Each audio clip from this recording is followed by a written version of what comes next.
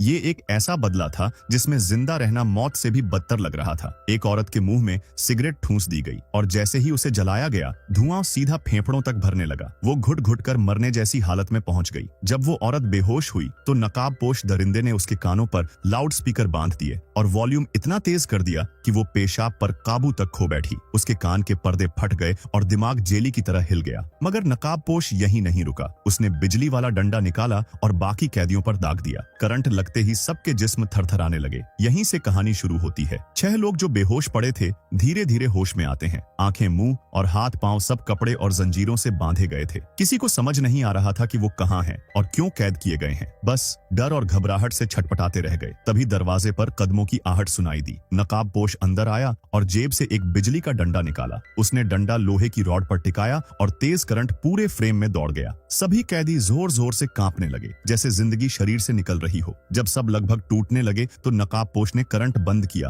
और उनकी आंखों से पट्टियां हटाईं। उसने कहा कि तुम सबने दूसरों के साथ ऐसे गुनाह किए हैं जिन्हें माफ नहीं किया जा सकता। अगर सच्चाई कबूल कर ली तो मैं तुम्हें जिंदा छोड़ दूंगा। इतना कहकर कमरे में नशीला धुआं भर गया और सब फिर से बेहोश हो गए। जब उनकी आंखें दोबारा खुलीं तो देखा मुंह से कपड़ा हट चुका है, लेकिन सिर के दोनों ओर लोहे की प्लेटें लगी हुई थीं और गले में मोटी जंजीरें जकड़ी थीं। अब भी न हिल सकते थे, न एक दूसरे को ठीक से देख सकते थे। आवाज से ही समझ पा रहे थे कि सब अनजान लोग हैं। सवाल ये था कि आखिर इन्हें एक साथ क्यों फंसाया गया। तभी एक शख्स गाली देने लगा। नकाबपोश फिर कमरे में दाखिल हुआ, धीरे धीरे उसके सामने झुका और चुप रहने का इशारा करके डंडा उसकी गर्दन पर टिकाकर करंट छोड़ दिया। बाकी सब भी झटके से कांपने लगे। फिर उसने कहा कि तुम्हारे पास ज्यादा वक्त नहीं है, इसलिए सच बताओ। डर से एक महिला मान गई। उसने कबूल किया कि उसने अपनी माँ के खाने में थूक दिया था और उसी गुनाह से आज तक परेशान है। एक और आदमी बोला कि वो शादीशुदा होते हुए भी अफेयर करता था। तीसरी ने माना कि वो अमीर शादीशुदा मर्दों को फंसाकर फायदा उठाती रही। चौथी ने कहा कि वो अपने माँ बाप की कमाई पर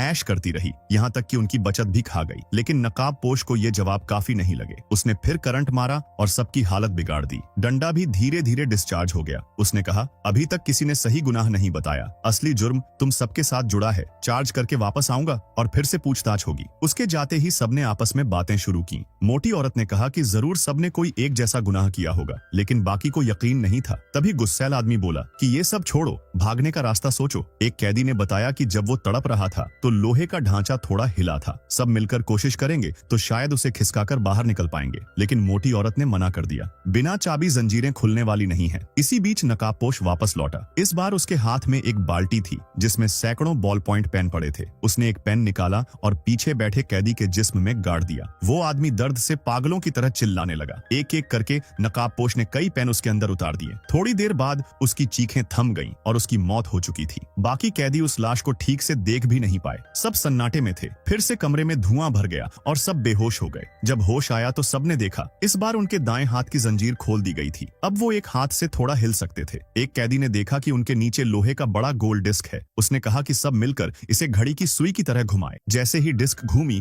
अचानक एक लड़की चीख पड़ी। उसे कुछ डरावना दिखाई दिया, लेकिन मौत से बचने के लिए बाकी ने घुमाना जारी रखा। जब गुस्सैल आदमी उसकी जगह पहुंचा तो देखा कि जमीन पर एक इंसानी उंगली पड़ी थी और उसमें वही पेन गड़ा हुआ था। पतले आदमी ने जैसे ही देखा, उसने झट से पेन निकालकर अपनी पीठ के पीछे छुपा लिया, सोचते हुए कि जब नकाबपोश लौटेगा तो मौका पाकर वार कर देगा। कुछ देर बाद नकाबपोश फिर कमरे में आया और ठीक पतले आदमी के सामने झुक गया। पतले आदमी ने मौका देखकर पेन से उसकी गर्दन पर वार कर दिया, पर नकाबपोश चालाकी से मुड़ गया और पेन सिर्फ उसके कंधे पर लगा। पतला आदमी समझ गया कि अब मेरा खेल खत्म है, इसलिए उसने नकाबपोश की ओर निगाह उठाने की भी हिम्मत नहीं जुटाई। मगर हैरानी की बात यह थी कि नकाबपोश नाराज नहीं हुआ। वह हर एक के पास एक कागज और कलम रख दिया और बोला, जो कोई अपने किए का इकरार करना चाहता है पर कह नहीं पाता, वो इस कागज पर लिख दे। तभी सभी को समझ आ गया कि उनके दाहिने हाथ क्यों खोले गए थे। नकाबपोश का उद्देश्य केवल बदला नहीं बल्कि सच निकलवाना था। इसके बाद पतली लड़की झट से बोली, अगर तुम पैसों के लिए कर रहे हो तो मेरे मम्मी पापा से बात कर लो, वे बड़ी फिरौती दे देंगे। छोटे बाल वाली लड़की भी कहने लगी, मुझे छोड़ दो, मैं न सिर्फ पैसे दूंगी बल्कि सामने आकर जो चाहो कर लूंगी। नकाबपोश को न दौलत की परवाह थी न खूबसूरती की, उसे बस उनका गुनाह चाहिए था। किसी ने फिर सौदेबाजी की कोशिश की तो नकाबपोश ने दोबारा बिजली का डंडा चला दिया और कमरे में घना नशीला धुआं छोड़कर अगला राउंड शुरू कर दिया। कुछ घंटे बाद सब फिर होश में आए। एक आदमी ने आंखें बंद किए, सभी को खामोश रहने की नसीहत दी, क्योंकि हर बार जब वे जगे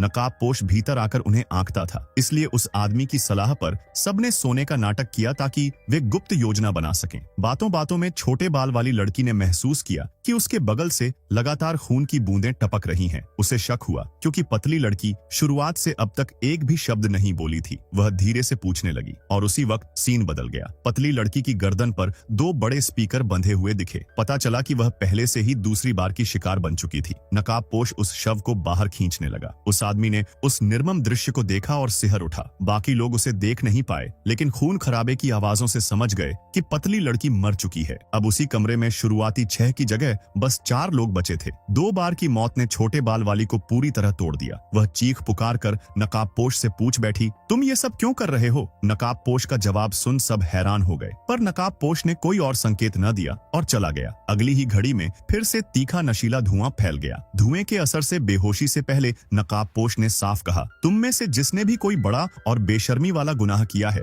उसे लिखकर कबूल कर लेना होगा, नहीं तो कोई और जीवन खो देगा। पल भर में वे फिर बेहोश हुए। जब होश आया तो इस बार नकाबपोश ने उन आंखों पर लगी लोहे की प्लेटें हटा दी थीं। सभी अब चारों तरफ साफ देख पा रहे थे, लेकिन छोटे बाल वाली लड़की के मुंह में सिगरेट ठूंसी हुई थी। उन्हें कसकर फंसाने के लिए चारों तरफ मजबूत गोंद लगा दी गई थी। नकाबपोश आदमी शांति से उसके सामने बैठा, फिर लाइटर निकाला और सारी सिगरेटें जला दी। गाढ़ा धुआं उसके फेफड़ों में भरने लगा। उसका सांस लेना मुश्किल हो गया। चेहरे पर तड़प और खौफ साफ झलकने लगा। आखिरकार धुएं उसकी सांसें छीन ली। चंद लम्हों में वह तड़प कर दम तोड़ गई। अब बाकी बचे लोगों के पास वक्त बेहद कम रह गया था। फिर से कमरे में नशीला धुआं भर गया। होश आने के बाद एक आदमी ने बाकी दोनों को जगाया और बोला, अब हम 3 ही बचे हैं। अगर अब भी कुछ नहीं किया तो जिंदगी का कोई दूसरा मौका नहीं मिलेगा। लेकिन रणनीति सोचने से पहले ही नकाबपोश लौटा। इस बार उसके हाथ में लोहे की कीलों वाला डंडा था। वह सीधा एक आदमी की तरफ बढ़ा। तभी दूसरे आदमी ने उसे भड़काने की कोशिश की, तू एक ढोंगी है, अगर मर्द है तो नकाब उतार और मुझसे अकेले भिड़। मगर नकाबपोश ने उसकी एक न सुनी और पूरी ताकत से लोहे का डंडा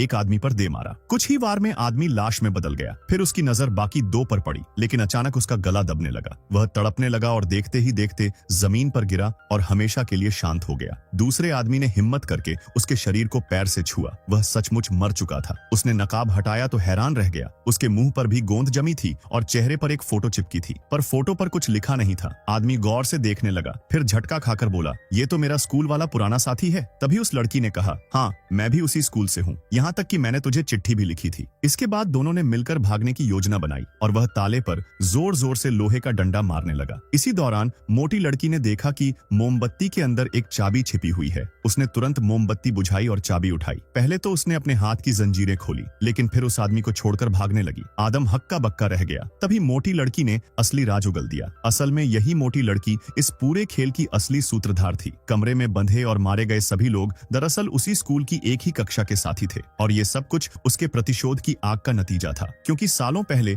जब वह लड़का हुआ करती थी, उसने इस आदमी को चिट्ठी लिखकर अपने दिल की बात कही थी, लेकिन इस आदमी ने वह चिट्ठी दूसरी लड़कियों को दिखा दी थी। धीरे धीरे पूरी क्लास में बात फैल गई और सबने उसका मजाक उड़ाया और उसे अपमानित किया। वह उस शर्म और तानों से टूटी और स्कूल छोड़ना पड़ा, नाम बदलना पड़ा, चेहरा तक बदलवाना पड़ा, लेकिन दर्द और अपमान कभी नहीं मिटा। आज उसी का बदला लेने का दिन था। आदमी हाथ जोड़कर माफी मांगता रहा, लेकिन अब देर हो चुकी थी। मोटी लड़की ने बिजली का डंडा उठाया और उसकी चीखें सुनती रहीं। फिर उसने खेल का आखिरी मोड़ दिखाया। इस बार उसने धुआं नहीं बल्कि जहरीली गैस छोड़ी और इस तरह ये आदमी और मोटी लड़की दोनों ने वहीं दम तोड़ दिया।